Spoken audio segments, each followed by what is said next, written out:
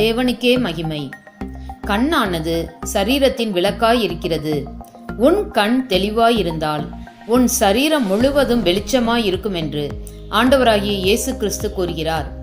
எப்படி சூரியன் பகலில் இந்த உலகிற்கே வெளிச்சத்தை கொடுக்கிறதோ அப்படியே நம்முடைய கண்களும் நம் சரீரம் முழுமைக்கும் விளக்காயிருந்து வெளிச்சத்தை கொடுக்கிறது.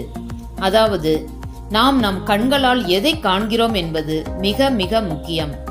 நம் கண்களால் பரிசுத்தமானதை கண்டால் நம்முடைய எண்ணங்களும் செயல்களும் நல்லதாகவும் மற்றவர்களுக்கு நன்மையை கொடுக்கிறதாகவும் இருக்கும்.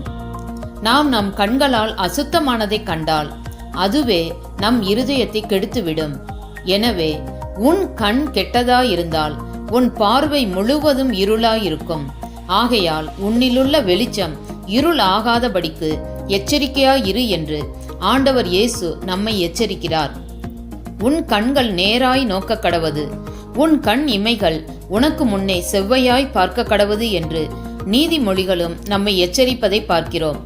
அப்படி நாம் நடக்கும் போது எப்படி ஒரு விளக்கு தன் பிரகாசத்தினாலே நமக்கு வெளிச்சம் கொடுக்கிறதோ அப்படியே நாம் நமக்கும் மற்றவர்களுக்கும் ஆசீர்வாதமாக இருப்போம். நம் நோக்கம் நல்ல நோக்கமாக இருந்தால் நம் கண் தெளிவாயிருக்கும். ஆமென்.